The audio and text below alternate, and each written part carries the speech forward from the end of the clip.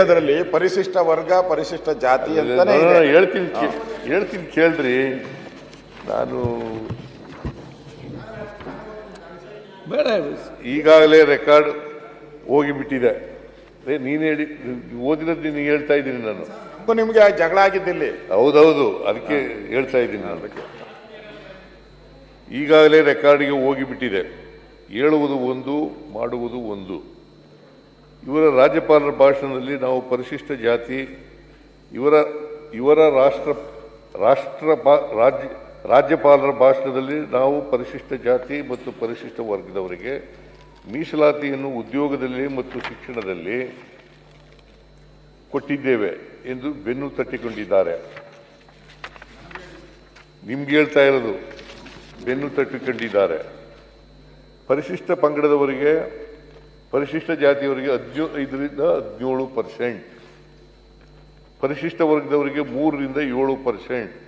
Knowingly well 50%ಗಿಂತ reservation ಹೆಚ್ಚಾಗಬಾರದು ಎಂದು ಇದೆ. 1992ರಲ್ಲಿ ಇಂದಿರಾ ಸಹಾನಿ ಕೇಸ್ನಲ್ಲಿ ಸುಪ್ರೀಂ ಕೋರ್ಟ್ ಡಿಸಿಷನ್ನಲ್ಲಿ ಬಹಳ ಸ್ಪಷ್ಟವಾಗಿ ಹೇಳಿದ್ದಾರೆ, ನೀವು ಮೀಸಲಾತಿಯನ್ನು 50%ಗೆ ಜಾತಿ ಮಾಡಬೇಕಾದ್ರೆ, ಪ್ರೊಟೆಕ್ಷನ್ ಸಿಗಬೇಕಾದ್ರೆ ಕಾನ್ಸ್ಟಿಟ್ಯೂಷನ್ ತಿದ್ದುಪಡಿ ಆಗಬೇಕು.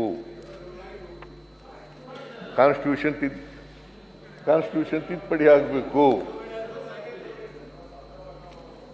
9th ಶೆಡ್ಯೂಲ್ಗೆ ಸೇರಬೇಕು. ಯಾರು ಹೇಳಿರೋದು ಇದನ್ನ? ನಾನೇ ಹೇಳಿರೋದು.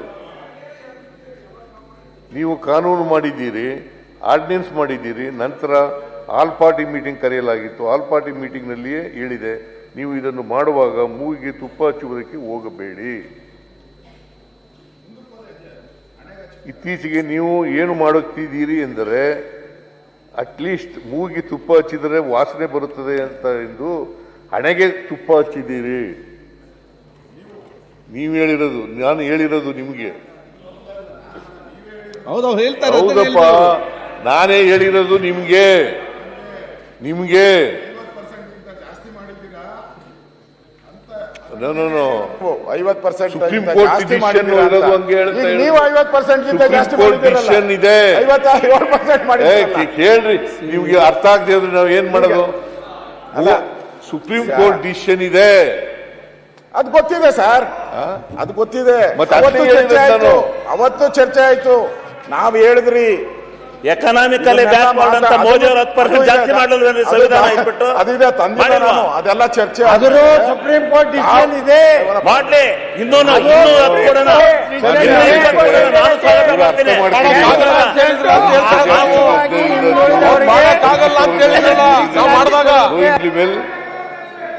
ಇದನ್ನೆಲ್ಲ ಕಾನೂನಿನಲ್ಲಿ ಸುಪ್ರೀಂ ಕೋರ್ಟ್ 50%ಗಿಂತ ಜಾಸ್ತಿ ಮಾಡಬಾರದು. ಈಗ ಏನಾಗ್ತದೆ, 50ರಿಂದ 56% ಆಗುತ್ತೆ. ಸುಪ್ರೀಂ ಕೋರ್ಟ್ ಡಿಸಿಷನ್ ಹೇಳಿದೆ ನಾನು ಅಷ್ಟೇ, ಈ ತರ ಇದೆ ಡಿಸಿಷನ್, ಈ ತರ ಇದೆ. ಇನ್ನೊಂದ್ಸಾರಿ ಹೇಳಿರ್ತೀನಿ ನೋಡಿ. 10% ನಾನು ಸುಪ್ರೀಂ ಹೇಳಪ್ಪ, ನಿನ್ ಗೊತ್ತಾಗೋದಿಲ್ಲ. ಸೊ 50% ಮುಖ್ಯಮಂತ್ರಿಗಳೇ 10% ಏನು ಆರ್ಥಿಕವಾಗಿ ಕೂತ್ಕೊಳ್ಳಿ, ನಾನು ಅದನ್ನು ಸುಪ್ರೀಂ ಕೋರ್ಟ್ ಎತ್ತಿ ಹಿಡಿದಿದೆ. ನಾ ಹೇಳೋದು ಮುಗಿಸಿಲ್ಲ ಮಾನ್ಯ ಅಧ್ಯಕ್ಷರು, ನಾನು ಈಲ್ಡಾಗೂ ಇಲ್ಲ, ಮುಗಿಸೂ ಇಲ್ಲ. ಅದಕ್ಕೋಸ್ಕರ 2019 ಜೂನ್ ತಿಂಗಳಲ್ಲಿ ಮಾನ್ಯ ಪ್ರಿಯಾಂಕ್ ಖರ್ಗೆ ಅವರು ಸಮಾಜ ಕಲ್ಯಾಣ ಇಲಾಖೆ ಸಚಿವರಾಗಿದ್ದಾಗ, ಪ್ರಿಯಾಂಕ್ ನಿಮಗೆ ಜ್ಞಾಪಕವಿದೆಯೇ, ಜೂನ್ 2019, ಆಗ ಸಮ್ಮಿಶ್ರ ಸರ್ಕಾರ ಅಧಿಕಾರದಲ್ಲಿ ಇತ್ತು.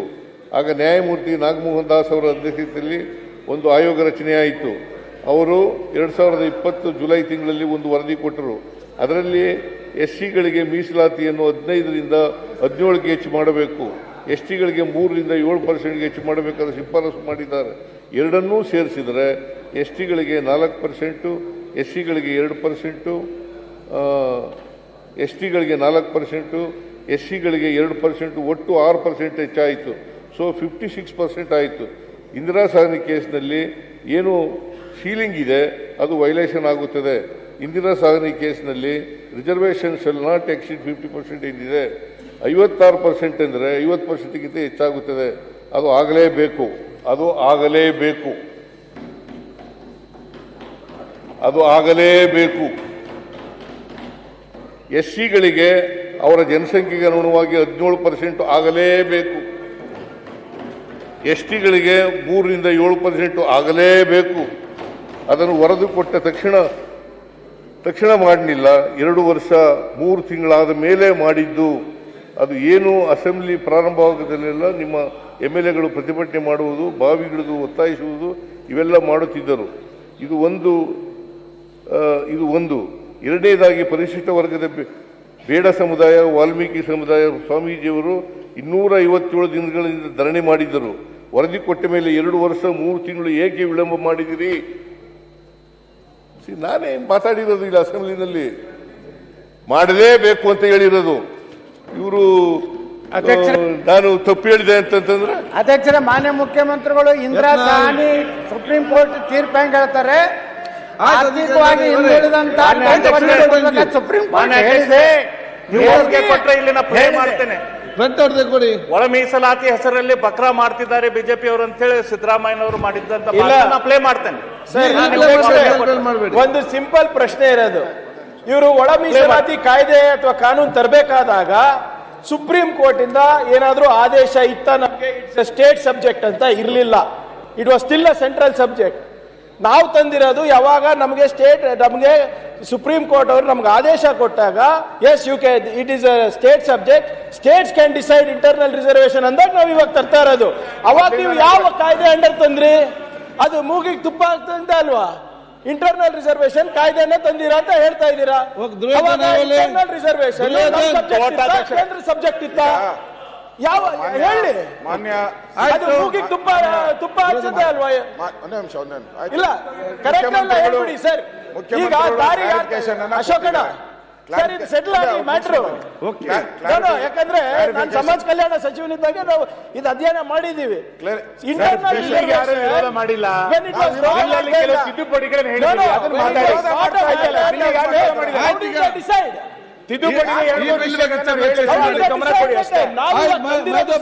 ಸನ್ಮಾನ್ಯ ಅಧ್ಯಕ್ಷ, ಸುಪ್ರೀಂ ಕೋರ್ಟ್ ಅವರು ಇದು ಡಿಸೈಡ್ ಮಾಡ್ತಾ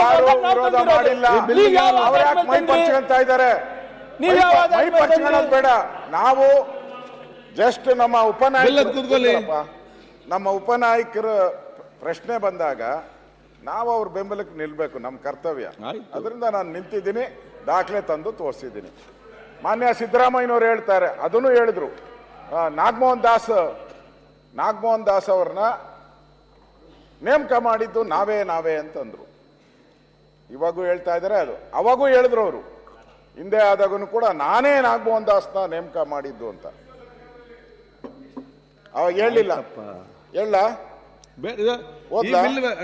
ಪ್ರತಿಪಕ್ಷ ನಾಯಕರೇ, ಪ್ರತಿಪಕ್ಷ ಅವರೇ, ಈಗ ಈ ಸಮಾಜ ಕಲ್ಯಾಣ ಹೇಳಿದ್ರು. ಈಗ ಬಗ್ಗೆ ನಿಮ್ಗೆ ಆಸಕ್ತಿ ಇದೆಯಾ ಅಧ್ಯಕ್ಷರೇ? ಸಲಹೆ ಕೊಡಿ. ಈಗ ಅಧ್ಯಕ್ಷರೇ ಒಂದೇ ನಿಮಿಷ. ಅವರು ಪ್ರಿಯಾಂಕಾ ಇದ್ರೆ ಮಾತ್ರ ಸೈಲೆಂಟ್ ಆಗಿರ್ತೀರ, ನಾವು ಮಾತ್ರ ವೈಲೆಂಟ್ ಆಗೋತೀರ. ಯಾಕೆ ಅಂತ ಇಲ್ಲ, ಯಾರು ಇಲ್ಲ, ಅವ್ರು ಕೂಡ ಹೇಳ್ತೇವೆ. ಅವ್ರು ಮಾತಾಡಿದಾಗ ಸಂಬಂಧನೇ ಇಲ್ಲ. ಇದು ಅಲ್ಲಲ್ಲ, ಅವ್ರು ಹೇಳಿ ಚರ್ಚೆ ಮಾಡ್ಬೇಕಾಗಿರೋದು ನಾವು. ಇಲ್ಲ, ಸೇರಿದವನು ಆವಾಗ ನಮ್ಗೆ ಅವಕಾಶ ಸೇರಿದವನು ಉತ್ತರ ಕೊಡ್ಬೇಕಾಗಿರೋದು ಮಂತ್ರಿ ಯಾರು? ಹೈಕೋರ್ಟ್ ಜಡ್ಜ್ಮೆಂಟ್ ಸಂವಿಧಾನ ತಿರ್ಚಬಹುದು ಅಂದ್ರೆ ಬಿಲ್ ತಂದಿರೋರು ಯಾರು? ಮಾದೇವಪ್ಪನವರು. ಅವರು ಉತ್ತರ ಕೊಡ್ಬೇಕು. ಅವ್ರಿಗಿಂತ ಸುಪ್ರೀಂ ಯಾರು? ಒಂದೇ ನಿಮಿಷ. ಯಾಕೆ ಅದ ನೋಡ್ತೀರ, ಅವ್ರು ಮಾತಾಡೋದು ಸುಮ್ಮನೆ ಇರ್ತಾರೆ, ನಾನು ಮಾತ್ರ ವೈಲೆಂಟ್. ಆಗಿಲ್ಲ. ಅವ್ರಾಗೇನಿಲ್ಲ ಅಂತ ಹೇಳಿದ್ರೆ, ಅವತ್ತು ತಾವು ಬಿಲ್ ತಂದ ಸಂದರ್ಭದಲ್ಲಿ ನಮಗೆ ಕಾನ್ಸ್ಟಿಟ್ಯೂಷನ್ ಪ್ರೊವಿಷನ್ ಇರಲಿಲ್ಲ, ಸುಪ್ರೀಂ ಆದೇಶ ಇರಲಿಲ್ಲ. ಆವಾಗ ಯಾವ ಆಧಾರ ತಾವು ಮಾಡಿದ್ದೀರಿ? ಈಗ ಅದು ನಾವು ಕಾನ್ಸ್ಟಿಟ್ಯೂಷನ್ ಪ್ರೊವಿಷನ್ ಇದ್ದ ಕಾರಣ ನಾವು ಮಾಡ್ತಾ ಇದ್ದೇವೆ ಅಂತ ಹೇಳಿದ್ದವು. ಸರಿ, ಹೇಳಿ ಅದನ್ನ ಮುಖ್ಯಮಂತ್ರಿಗಳು ಎಕ್ಸ್ಪ್ಲೈನ್ ಮಾಡಿದ್ರು, ಮಾದೇವಪ್ಪನವರು ಸವಿಸ್ತಾರವಾಗಿ ಮಾತಾಡಿದ್ರು. ಅವ್ರ ಅವಶ್ಯಕತೆ ಬಂದಾಗ ಮಾದೇವಪ್ಪನವ್ರು ಹೇಳ್ತಾರೆ, ನಾನು ಸ್ವಲ್ಪ ಕಡಿಮೆ ಓದಿಲ್ಲ, ನೀ ಹೇಳು ಅಂತ ಹೇಳಿದ್ರೆ ಹೇಳಿ, ಬೇಕಾದ್ರೆ ಆಮೇಲೆ ಹೇಳಿ. ನಾನು ಇವಾಗ ಮುಖ್ಯಮಂತ್ರಿ ಹೇಳಿರೋದಕ್ಕೆ ನಾನು ಉತ್ತರ ಕೊಟ್ಟಿದ್ದೀನಿ ಅಷ್ಟೇ. ಅದರಿಂದ ಇಲ್ಲಿ ನೀವು ಮುಖ್ಯಮಂತ್ರಿಗಳು ದ್ವಿಮುಖ ನೀತಿ ಬೇಡ, ಎರಡು ಫೇಸ್ ಬೇಡ, ಡಬಲ್ ಆಕ್ಟಿಂಗ್ ಬೇಡ.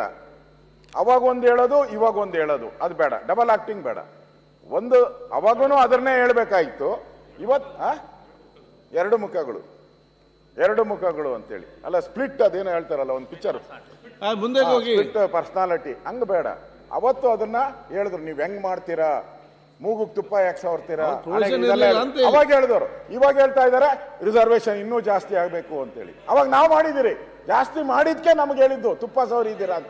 ನೀವಾಗ ಏನ್ ಸವರ್ತಾ ಇದ್ದೀರಾ, ಈಗ ಏನ್ ಸವರ್ತಾ ಇದ್ದೀರಾ? ಅಧ್ಯಕ್ಷರೇ, ನಾನ್ ಮೊದಲೇ ಹೇಳ್ತೀನಿ, 9 ಶೆಡ್ಯೂಲ್ ಸೇರಿಸಿ ಅಂತ ಹೇಳಿ ಸಲಹೆ ಕೊಟ್ಟಿದ್ರಿ ಅವತ್ತು. ಆ ಸಲಹೆ ಕೊಟ್ಟಿದ್ದೆ. ನಮ್ಗೆ ಎಸ್ಸಿಗಳಿಗೆ ನ್ಯಾಯ ಕೊಡಿ. ಇಂದಿರಾ ಸಹಾನಿ ಕೇಸ್ ಇದೆ, ಇಂದಿರಾ ಸಹಾನಿ ಕೇಸ್ನಲ್ಲಿ ಇದು ಊರ್ಜಿತ ಆಗಲ್ಲ, ಅದಕ್ಕೋಸ್ಕರ 9 ಶೆಡ್ಯೂಲ್ ಸೇರಿಸಿ ಅಂತ ಹೇಳಿದೆ.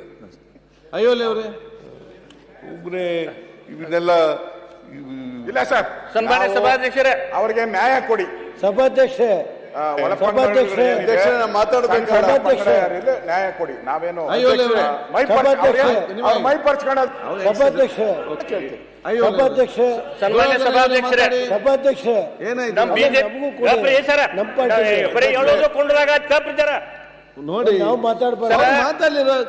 ನಮ್ಮ ಹಿಂದಿನ ಮುಖ್ಯಮಂತ್ರಿ ಬಸವರಾಜ ಬೊಮ್ಮಾಯಿ ಅವರು ಪ್ರಾರಂಭ ಮಾಡಿದ್ದಾರೆ. ಅವರು ಮುಖ್ಯಮಂತ್ರಿ ಇದ್ದಾಗ ಮತ್ತೆ ಕೊಡ್ತೇವೆ ಎಲ್ಲ ಸೀನಿಯರ್ಸ್ ಪರಿಸ್ಥಿತಿ ಜಾತಿ ಅವ್ರಿಗೆ 15 ಇದ್ದದ್ದು 17 ಮಾಡಿರು. ಪರಿಸ್ಥಿತಿ ಪಂಗಡದವರಿಗೆ 3 ಇದ್ದದ್ದು 7 ಮಾಡಿ ಅದನ್ನ ಮಾಧುಸ್ವಾಮಿ ಅವರ ಒಂದು ಕಮಿಟಿ ಮಾಡಿ ಅದನ್ನ ಶಿಫಾರಸು ಮಾಡಿ ಕೇಂದ್ರಕ್ಕೆ ಕಳಿಸಿದ್ರು. ಅಷ್ಟ್ರಾಗ ಇಲೆಕ್ಷನ್ ಬತ್ತು, ಅದು ಇಂಪ್ಲಿಮೆಂಟ್ ಆಗಿ ಬರಲಿಲ್ಲ. ಆದ್ರೆ ಈಗಿನ ಸರ್ಕಾರದವರ ಅವರು ಕಾಂಗ್ರೆಸ್ ಪ್ರಣಾಳಿಕೆ ಒಳಗ ಏನ್ ಹೇಳ್ರು, ಅವ್ರು ಬಿಜೆಪಿ ಅವ್ರ ಕೈಲಿ ಮಾಡಕ್ಕಾಗಂಗಿಲ್ಲ, ನಾವು ಅಧಿಕಾರಕ್ಕೆ ಬಂದೀವಿ ಅಂದ್ರೆ ನಾವು ತಕ್ಷಣ ಮಾಡಿಕೊಡ್ತೇವೆ ಅಂತ ಪ್ರಣಾಳಿಕೆ ಆಗೈತಿರ ಅವ್ರು. ಅವ್ರ 101 ಜಾತಿ ಹೋಟೆಲ್ ಹಾಕ್ಸ್ಕೊಂಡು ಅವ್ರು ಅಧಿಕಾರಕ್ಕೆ ಬಂದ್ರು. ಅವ್ರು ಬಂದ ಬಳಿಕ ಅವ್ರು ತಕ್ಷಣ ಅದನ್ನ ಈ ಒಳ ಮೀಸಲಾತಿ ಜಾರಿಗೆ ತರಬೇಕಾಗಿತ್ತು. 2.5 ವರ್ಷ ಹಿಡಿದು ಸರ. ಈಗ ಯಾಕಾಗತ್ತ ಅವ್ರ ಬೊಮ್ಮಾಯಿ ಅವ್ರು ತಂದದಕ್ಕೆ ಈಗ ಒಪ್ಕೊಂಡು ಅವ್ರಿಗೆ ತಂದಾರಲ್ಲ, ಅದಕ್ಕೆ ಅವ್ರಿಗೆ ನಾ ಧನ್ಯವಾದಗಳನ್ನ ಹೇಳಲಿಕ್ಕೆ ಬಯಸ್ತೀನಿ. Very good. Krishna Nayak sir ಗಪ್ರಿ, ಒಂದೇ ಮಿನಿಟ್ ಗಪ್ರಿ ಮುಂದೆ ಸರ್ ಗಿವಿಂಗ್ ಯು ಸರ್ ಜೂನ್ ತಕ್ಷಣ ಕೊಡ್ತೇನೆ ನಾನು. ಸರ್ ವಾದ ಅಧಿವೇಶನದಾಗ, ಇದೇ ಚಳಿಗಾಲ ವಾದ ಅಧಿವೇಶನದಾಗ ನಾವು ಮಾದಿಗ ಸಮಾಜ ಮತ್ತು ಒಳ ಮೀಸಲಾತಿ ಅವರು ದೊಡ್ಡ ಪ್ರಮಾಣ ಇಲ್ಲಿ ಹೋರಾಟ ಮಾಡಿದ್ರು. ಹೋರಾಟ ಮಾಡಿದಾಗ ಮಾದೇವಪ್ಪ ಸಾಹೇಬರು ಬಂದಿದ್ರು, ಅಲ್ಲಿ ಮುನಿಯಪ್ಪ ಸಾಹೇಬರು ಬಂದಿದ್ರು, ತಿಮ್ಮಾಪುರ ಸಾಹೇಬರು ಬಂದಿದ್ರು, ಸತೀಶ್ ಜಾರಕಿಹೊಳಿ ಸಾಹೇಬರು ಬಂದಿದ್ರು. ಆಗ ಎಲ್ಲಾ ಸ್ವಾಮೀಜಿಗಳು ಅಲ್ಲಿ ವೇದಿಕೆ ಮೇಲೆ ಇದ್ರು. ಅವರೆಲ್ಲರೂ ವೇದಿಕೆ ಮೇಲೆ ಇದ್ದು ಏನ್ ಭರವಸೆ ಕೊಟ್ಟರು, ನಾವು 3 ತಿಂಗಳದಾಗ ನಾವು ಒಳ ಮೀಸಲಾತಿ ಜಾರಿಗೆ ತರ್ತೀವಿ ಅಂತೇಳಿ ಅಲ್ಲಿ ಮಾದೇವ ಸಾಹೇಬರು ಹೇಳಿ ಬಂದ್ರು. ಬಂದ ಬಳಕನೂ ಆಗ್ಲಿಲ್ಲ. ಮುಂದ ನಂತರ ಏನ್ ಮಾಡಿದ್ರು, ನಾಗಮೋಹನ್ ದಾಸ್ ಕಮಿಟಿಯನ್ನು ಮಾಡಿದ್ರು. ನಾಗಮೋಹನ್ ದಾಸ್ ಕಮಿಟಿ ಮಾಡಿ ಅದು ನೆನಗಿದ್ ಬಿತ್ತು. 1 ಆಗಸ್ಟ್ 2024 ಸುಪ್ರೀಂ ಕೋರ್ಟ್ ಆದೇಶ ಮಾಡಿತು, ಆಯಾ ರಾಜ್ಯ ಸರ್ಕಾರಕ್ಕೆ ಅಧಿಕಾರ ಐತೆ ಅಂತೇಳಿ ಅಂದ. ಆದ್ರೂ ಸದ್ಯಕ್ಕೆ ಅವ್ರು ಮಾಡ್ಲಿಲ್ಲ. ನಾವ ಏನ್ ಮಾಡ್ಬೇಕು ಅಲ್ಲ ಸರ, ಈಗ ಮೊನ್ನೆ ಬಿಲ್ ಬಗ್ಗೆ 1/8/2025 ಮಾತ್ರ ದೊಡ್ಡ ಪ್ರಮಾಣ ಎಲ್ಲಾ 31 ಜಿಲ್ಲಾದಾಗ ಮಾದಿಗೆ ಮತ್ತು ಉಪಜಾತಿ ಅವ್ರು ಮತ್ತೆ ಹೋರಾಟ ಮಾಡಿದೆವು. ಹೋರಾಟ ಮಾಡಿ 1 ತಾರೀಕು ಮಾಡಿದ ಬಳಿಕ 4 ತಾರೀಕಿಗೆ ನಾಗಮೋಹನ್ ದಾಸ್ ಅವರು ವರದಿ ಕೊಟ್ಟರು. ಕೊಟ್ಟ ಬಳಿಕ ಅದನ್ನ ಕ್ಯಾಬಿನೆಟ್ ತಂದ್ರು, ಜಾರಿಗೆ ತಂದ್ರು. ಎಡಗೈದವ್ರಿಗೆ 6, ಬಲಗೈದವ್ರಿಗೆ 6, ಲಂಬಾಣಿ ಭೂವಿ ಮತ್ತು ಅಲ್ಮಾರಿ ಅವ್ರಿಗೆ 5 ಅಂತೇಳಿ ಜಾರಿಗೆ ತಂದ್ರು. ಆದ್ರೆ ಅದು ಅಲ್ಮಾರಿ ಅವರು ಅದನ್ನ ಕೂಡ್ಸಿ ಕೂಡಲೇ ಅವ್ರು ಸುಪ್ರೀಂ ಕೋರ್ಟ್ಗೆ ಹೋದ್ರು. ಹೋದ ಬಳಿಕ ಇಲ್ಲಿ ತಕ ಹಂಗ ನೆನಗುದಿಗೆ ಬಿತ್ತು ಸರ್. ಅದಕ್ಕೆ ಇವತ್ತಿಗೆ ಈಗ ತಂದಾರಲ್ಲ ಬಿಲ್ಲ, ನಾ ಬಿಲ್ ಸ್ವಾಗತ ಮಾಡ್ತೇನೆ. ಅದ್ರಾಗ ಏನು ಒಂದು ಬಿಟ್ಟಿದಾರಂದ್ರ ಮುಂಬಡ್ತಿ ಮತ್ತು ಬ್ಯಾಕ್ಲಾಗ್ ಕೈ ಬಿಟ್ಟಾರ ಸರ್. ಅದನ್ನ ಈ ಬಿಲ್ದಾಗ ತಗೋಬೇಕಂದ್ರೆ ನಾವು ತಗೋಲಿಲ್ಲ ಅಂದ್ರೆ ನಾವು ವಿರುದ್ಧ ಮಾಡೋ ಸರ ಧರಣಿ ಕೊಂಡ. ತೆಲಂಗಾಣದಾಗ ಆಂಧ್ರದಾಗ ಈಗಾಗಲೇ ಜಾರಿಗೆ ತಂದಾರ ಸರ್ ಬ್ಯಾಕ್ಲಾಗ್ ಮತ್ತು ಮುಂಬಡ್ತಿ. ಅದಕ್ಕೆ ತಾವು ಕೂಡ ನೀವು 101 ಜಾತಿ ಎಲ್ಲ ಸಮುದಾಯದವರ ಮೇಲೆ ನಿಮ್ ಕಳಕಳಿ ಇತ್ತಂದ್ರ ಈ ಬಿಲ್ದಾಗ ಅದನ್ನ ಬಡ್ತಿ ಸೇರ್ಸ್ಬೇಕು ಸರ್. ಆಯ್ತು, ಸೇರ್ಸಲಿಲ್ಲ ಅಂದ್ರೆ ನಾವು ಈ ಬಿಲ್ಗೆ ವಿರೋಧ ಮಾಡೋಣ. ಸಲಹೆ ಕೊಟ್ಟಿದ್ದೀರಿ. ಕೃಷ್ಣ ನಾಯಕ್ ಧನ್ಯವಾದಗಳು. ನಾವೇನ್ ಮಾತಾಡಬಾರ್ದು ಸರ್. ಮುದ್ದೆ ಮಾಡಿ ಕೂತ್ಕೊಳ್ಳಿ. ಮನೆ ಅಧ್ಯಕ್ಷರೇ ಬೇಡ ಮಾತಾಡೋದು ನೀವೆಲ್ಲ ಮಾತಾಡ್ಲಿಕ್ಕೆ ಅವಕಾಶ ಕೊಡುವ ಸ್ವಲ್ಪ ತಾಳ್ಮೆ ವಹಿಸಬೇಕು.